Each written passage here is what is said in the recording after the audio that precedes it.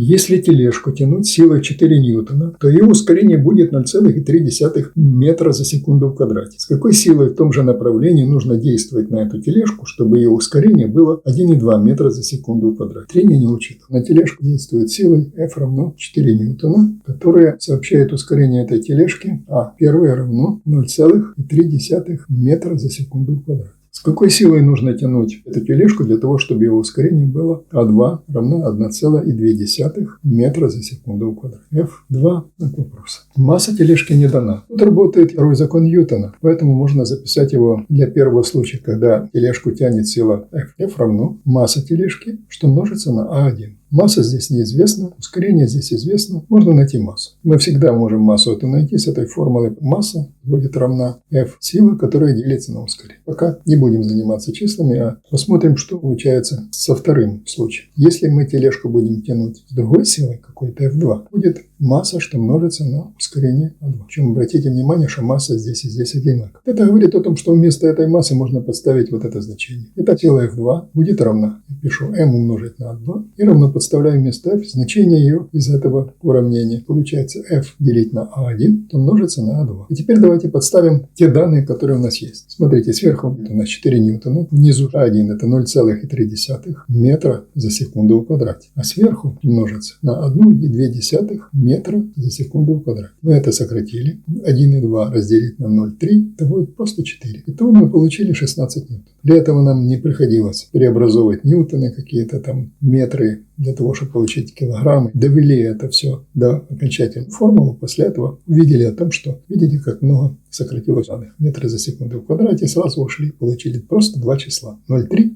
и 1,2. Сократили здесь, получили 16 ньютонов. F2 равно 16 ньютонов. Это еще раз говорит о том, что в физике не обязательно сразу подставлять какие-то значения. Иногда вместо неизвестных величин мы выводим таким образом, чтобы эти величины сократились. Формула должна быть окончательно, максимально упрощенная. Можно было просто уже тогда подставить значения. И промежуточные значения будут какие-то, скажем, приближенные или дроби, или еще чего. Вы берете тоже приближенную величину, потом эту приближенную величину подставляете дальше, и у вас получается несколько приближенных. В конечном итоге оказывается, что эти приближения сыграют в конце на какую-то цифру конечную. А может быть, эти приближенные значения где-то потом сократятся в формулу. Поэтому надо максимально вести преобразование до конца.